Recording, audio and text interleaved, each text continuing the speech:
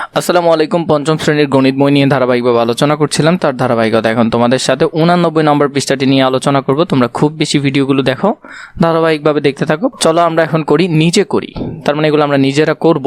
প্রথমে আমাদেরকে এখানে দিয়েছে সঠিক উত্তরের পাশে টিক চিহ্ন দেই। আমাদেরকে বললো প্রথমে নিচের কোন তিনটি ভগ্নাংশ 0.25-এর সমান। তো আমরা যদি দেখি, দেখো এই দশমিকটা আমরা উঠাচ্ছি, একটু ভালো করে চিন্তা করো, দশমিক কিন্তু 2 ঘর আগে, তাহলে আমাদের নিচে 1 হবে আর শূন্য কয়টা হবে? 2টা হবে। উপরে আমাদের কত হবে তখন? 25 হবে। কারণ আমরা যদি কাটাকাটি করি, 25 একে 25, 4 25 100, তাহলে নিচে 4, তাহলে আমাদের হচ্ছে 4 আর 1, তাই না? তো এরকম আছে কোনটা? এটা সেম। আমরা যদি 4কে 2 দিয়ে গুণ করি, তাহলে 4কে 2 দিয়ে গুণ করে 4 2 8, 1কে 2 দিয়ে গুণ করে 2 একে 2। আবার এটাকে যদি 3 দিয়ে গুণ করি, 3 একে 3, 4কে 3 দিয়ে করলে 3 4 12, তার মানে এই সারিটা পুরোপুরি হুবহু মিলে যাচ্ছে। তাহলে আমাদের উত্তর হবে খ নম্বরটা। প্রথমটা বের করতে পারলে বাকিগুলো অনায়াসে বের করতে পারবে। 2 নাম্বার, নিশি একটি সাদা কাগজের 0.35 অংশ লাল রং করলো। একটা সাদা কাগজের 0.35 অংশ কি করলো? লাল রং করলো। কাগজের কত অংশ সাদা রইল? তাহলে কাগজের কত অংশ সাদা আছে, এই কাগজের কত অংশটা সাদা আছে সেটা আমরা দেখব। তো দেখো 35 যদি তুমি হিসাব করো, তাহলে 35 হলো আর 65 অংশ, দোনোটা মিলাই একটা কাগজ। তো একটা মানে আমরা 1 অংশ ধরলাম, মানে 100 ধরো। তো 100 থেকে যদি 35 চলে যায়, বা 1 থেকে যদি 35 চলে যায়, আর কত থাকবে? আর থাকবে 0.65 অংশ। কীভাবে বুঝবা? 0.65কে 0.65-এর সাথে আমরা 0.35 যোগ করি। যোগ করার পর 5 আর 5 0, 10, 10-এর 0 হাতে আছে 1, 6-কে 7, 7 আর 3 10। তো 10-এর কত বসবে? 10-এর বসবে 0, আছে 1, 1-এর 1 বসে যাবে, তার মানে 100-এর সমান। তাহলে একটি কাগজ। এখন দেখো 2 ঘর আগে দশমিক ছিল, তাহলে 2 ঘর আগে দশমিক, তো পরের শূন্যগুলো কি দিতে হয়? দিতে হয় না। তো তাহলে আমাদের হবে একটা কাগজ, এই একটা। তো তাহলে উত্তর হবে কত? 3 নাম্বার। এরপরে যদি আরও সহজে করতে চাও, তার মানে একটা কাগজ সমান আমি ধরলাম 1, তাহলে এখানে বাকিটা 0 0, এবং আমার কতটা রং করা হয়েছে? 0.35 রং করা হয়েছে, 0.35। তো বিয়োগ যদি করো, বিয়োগ করলে সেম এই অংশটাই আসবে, 0.65। অনেকভাবে করা যায়, আমি তোমাদেরকে জাস্ট 1-2 ভাবে দেখালাম আর কি। 3 নাম্বারটা দেখো, 87 গুণ 0.001 সমান কত? 87কে যদি এটার সাথে গুণ দাও, তো শেষে ডিরেক্ট 87 হয়ে যাবে, কারণ 87 মানে এরকম 0.001 কয়টা আছে? 87টা আছে। তাহলে হবে 0.87, কারণ শেষে 87টা বসে যাবে, দশমিকের পর হুবহু 87টা বসে যাবে। এরপরে যদি দেখো, এখানের মধ্যে দেখো 57.7 ভাগ 10, তো 10 মানে একটা শূন্য, তার মানে 1 ঘর সামনে আসবে, তাহলে 5-এর আগে দশমিক হবে, এখানে 7-এর এই দশমিকটা কাটা যাবে, তাহলে 5.77। 5.77 কোনটা? এটা, খ নম্বর। তাহলে উত্তর হবে এটা। তো এগুলো আমরা অনেক সহজ করে করেছি, আগেও করেছি, এখনও তোমাদেরকে দেখালাম আর কি। এরপর 2 নাম্বারটা দেখো, এটা আরও সোজা। আমরা একটু চিন্তা করব, শুধু একটু খেয়াল করো, 0.88 আর এটা হলো 0.89। তার মানে পরবর্তীতে এই ঘরটা যদি 0.88 হয়, 0.88 কিন্তু সেম থাকবে, কারণ 9 হয়েছে এখানে, তার মানে মাঝখানের ঘরগুলো সামনেরটা পরিবর্তন হবে। তাহলে এই যে ঘরটা আছে, এটা হবে 0.881, কারণ পরেরটা 1, এরপরটা 2, মানে 0.882, এরপরটা 0.883, এভাবে করতে করতে এটা 889, এটা হলো যে একেবারে 0.89। ঠিক আছে? তো তাহলে পরেরটা দেখো 0.889, এটা যদি 1 হয়, এটা 2, এটা 3, এটা 4, এটা 5, এটা 6, এটা 7, এটা 8, এটা 9, তাহলে এই যে কাঠিটা আছে এটা হবে কি 0.889, তার মানে এ ঘরের সাথে। পরবর্তীতে দেখো 0.889, 0.899, তাহলে এটা হলো যে 89, এটা 891, এটা 892, 3, 4, 5, 6, 7, 8, 9, তাহলে এটা হবে 0.899, তাহলে এটা হবে এটার সাথে। এবার দেখো 0.912, তাহলে এটা হলো যে কত? 90, তাহলে 91 হলো এটা, এটা হলো 91 আর এটা হলো 91 তাহলে 0.912 হলো পরের ঘরটা, এটা। তো আশা করি বুঝেছো কিভাবে করবে, এগুলো খুবই সোজা। আশা করি বুঝেছো এগুলো কিভাবে করবে, এগুলো খুবই সোজা। 3 নাম্বারটা যদি দেখো, নিচের সংখ্যাগুলোর কতটি 0.001 দিয়ে গঠিত, মানে এই সংখ্যাগুলো কতটা এরকম সংখ্যা দিয়ে গঠিত। আমরা দেখব 1 নাম্বারটা আছে 0.0 0.31। তার মানে এখানে হলো 0.001 হলো 31টা। এটা আমরা কিভাবে করব দেখি। এটার মধ্যে হলো 0.031, 0.031 হলো একটি 0.001 দ্বারা গঠিত। কয়টা? একটা। এরকম হলো এটা একটা, তার মানে এটা হলো 0.001। তো আর যদি 31টা হয়, 31টা 0.001 হয়, তাহলে এটাকে এটা দিয়ে গুণ দিলে তাহলে 0.031। তার মানে এখানে কয়টা আছে? 31টা আছে। এটা আমি তোমাদেরকে এক্সপ্লেইন করে দেখালাম। 2 নাম্বারটা যদি দেখো 0.296। পরবর্তীতে একটি 0.001 দ্বারা গঠিত সংখ্যা হলো এটা, তাহলে 296টি হবে। এটা দিয়ে যদি গুণ করি তাহলে এটাকে 96 দিয়ে গুণ করলে 0.296। তাহলে এখানে কয়টি আছে? এখানে আছে 296টি। 3 নম্বরে যদি আমরা দেখি নিচের সংখ্যাগুলো কতটি 0.001 দিয়ে গঠিত। এখানে আমরা 3 নাম্বারটা এখন করব। 3 নাম্বারের মধ্যে আছে 1.047।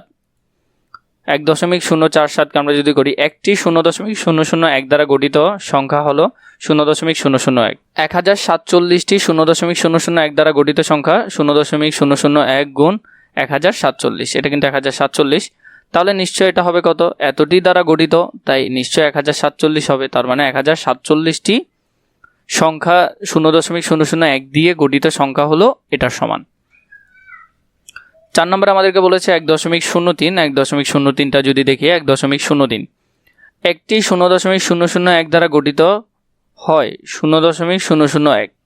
তার মানে 130টি 0.001 দ্বারা গঠিত সংখ্যাটার সাথে গুণ করলে আমাদের কত আসবে? 1.030।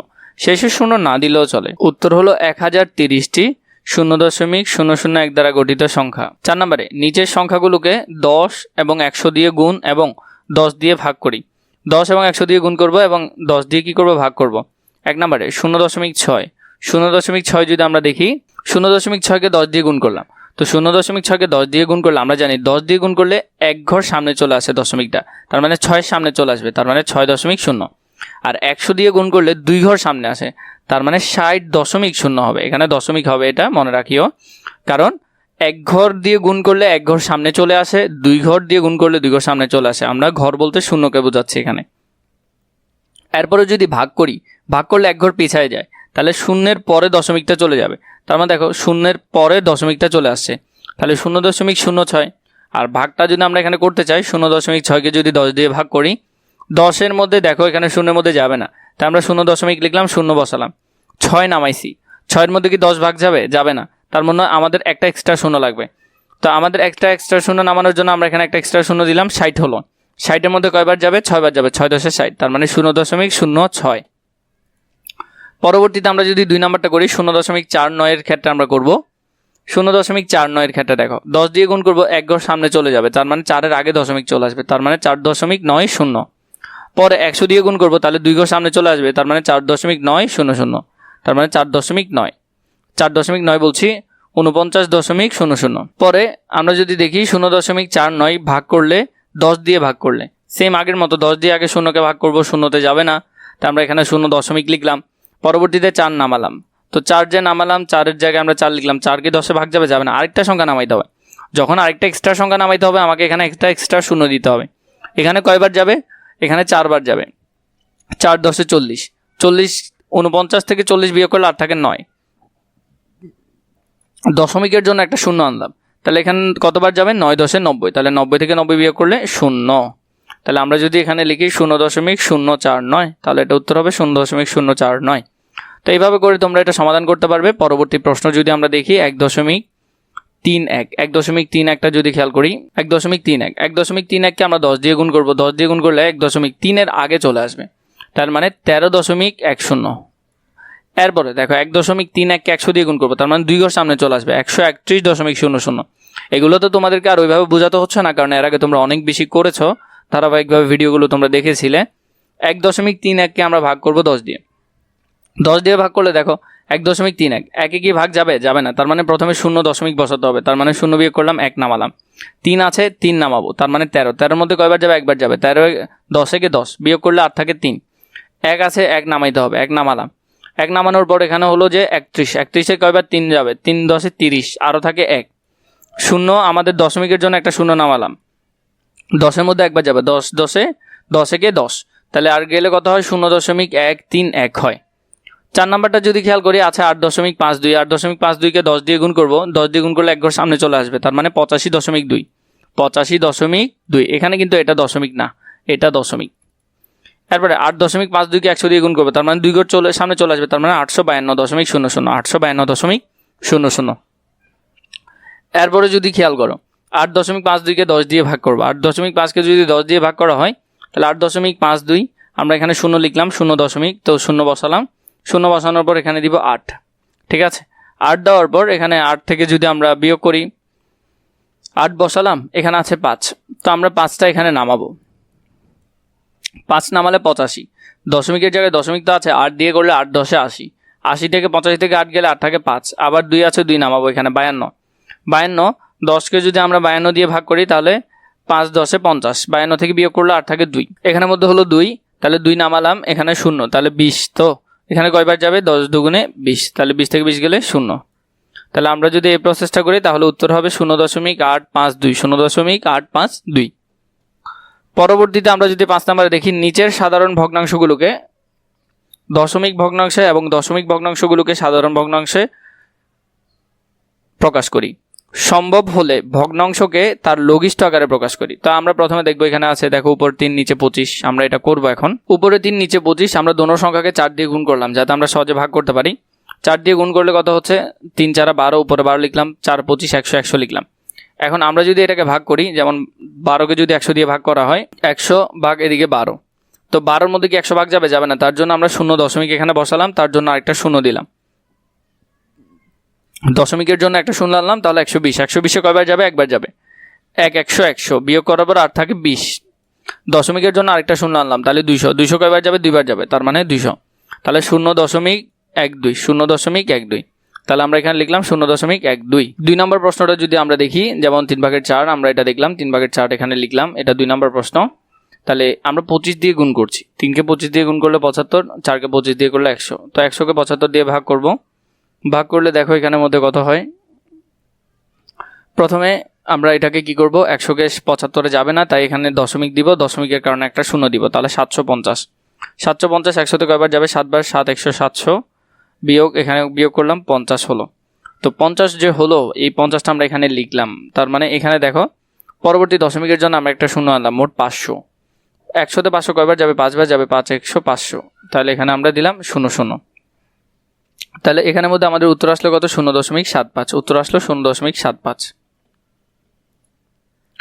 3 নাম্বার 0.6, 0.6 আমরা এটাকে চাইলে লিখতে পারি, এই দশমিকের কারণে নিচে একটা 1 দিলাম, শূন্যের কারণে নিচে 0 দিলাম, মোট কথা 1 ঘর হলে একটা 0 হয়, আর 1 ঘর আগে দশমিক হলে মোট কথা 10 হবে।